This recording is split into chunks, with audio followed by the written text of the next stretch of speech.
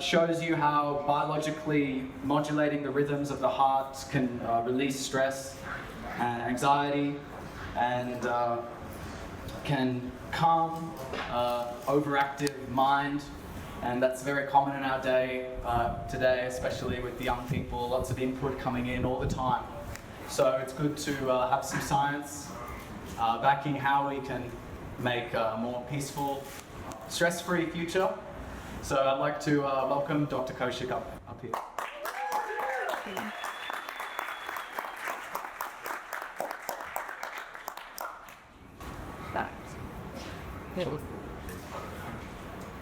First of all, I just want to congratulate the team, especially Fernanda, for creating that incredible art piece. It's actually, for me, an artistic expression of the science that we do every day. And the fact that it is interactive, and the fact that you can be in that space and feel the science instead of learn it is really powerful. So before I begin, can I get a raise of hands? How many of you have had an experience which seemed miraculous, or you didn't have an explanation for, something that was an anomaly or a coincidence? Can I get a raise of hand of who have experienced that? Nearly everyone. And I know Gabrielle is smiling here because he's like, this is not a chance encounter. And it's, for me, I call this precognition, which is the inextricable alignment of events that allows us to create moments like this that we would not be able to recreate even if we were to plan it. This is beyond plans. So I want to actually put all of this into a bit of context. So 6 years ago, I was living inside of a cave in Thailand. And I was there writing my first book, which you can see here, called Hidden World. And why was I there? Why in a cave in the middle of nowhere in Thailand, in the jungle, in the most remotest part of the forest? To understand that, we have to rewind 10 years back.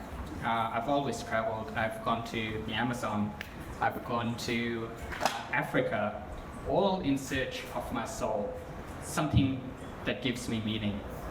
And while I was traveling, I happened to be in the highlands of Papua New Guinea with remote tribes, underground cave systems, suspended bridges.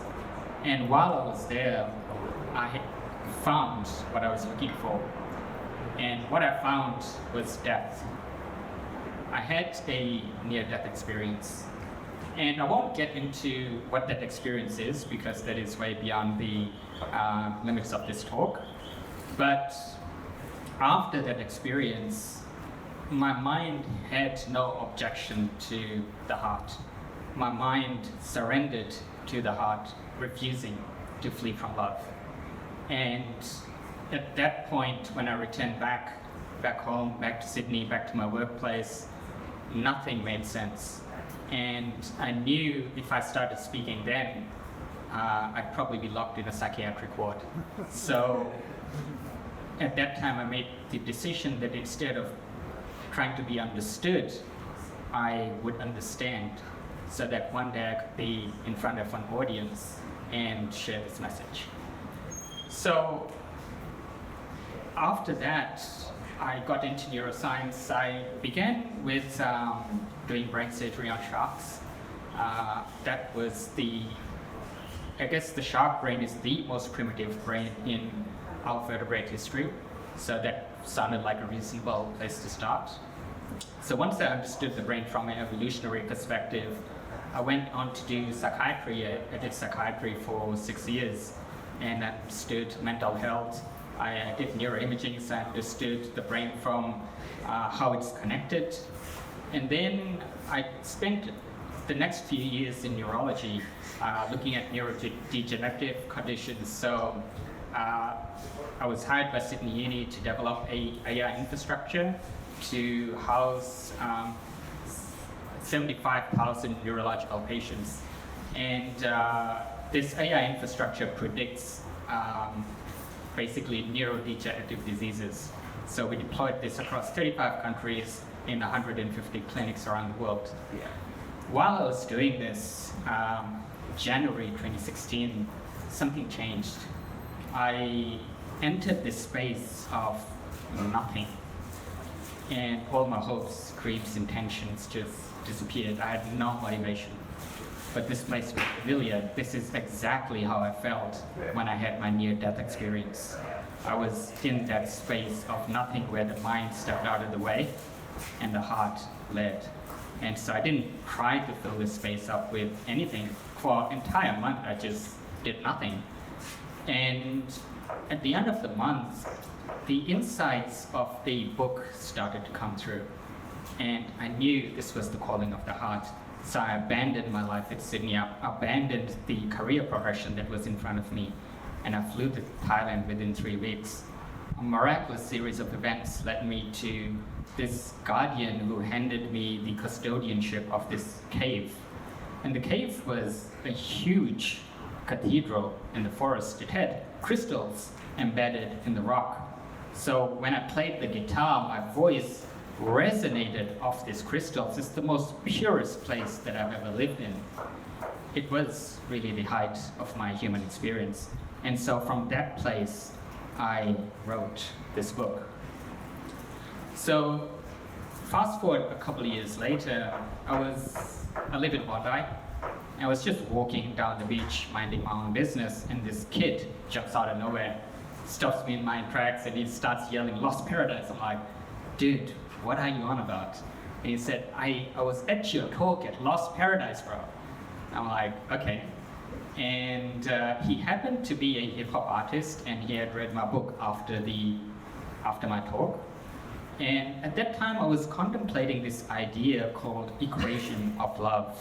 What would that be? What would that look like? And so he came up with the idea to transform this equation into a hip-hop song. So I ran with it. He came up with a song. I listened to it, and I was so blown away that I actually put some money down to create it into a music video. And bear in mind, I'm an academic. This is completely outside my territory. So we did this music video and assembled a team together within a month. So from start to finish, so from the perception of the music video to the end was less than 30 days. This music video ended up being nominated for Best Director and Best Music Video at the International Music Video Awards this year. So what does all of these things mean? How is all of this connected? I have no idea. This is what I'm talking about. This is precognition. We have no idea what's going to happen. We have desired outcomes, but what the heart wants may be completely different. And so we have to trust the heart. So what precognition is for me is precognition. The heart leads before the mind does. So to put this into context, I am a neuroscientist, so I do understand things mechanistically. And when it comes down to how the heart responds, your heart is the first perception of reality. It responds before anything else does. Anything that happens out here changes your heart rate, therefore your metabolism, and therefore how your brain perceives reality. And we can measure this. We can measure heart rate variability, but we can also measure what happens in the brain.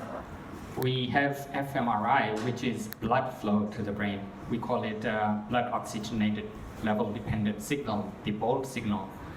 And the blood flow changes in the brain is 200 milliseconds after the change in our heartbeat. So the brain is 200 milliseconds behind what the heart perceives. How does this apply to psychology?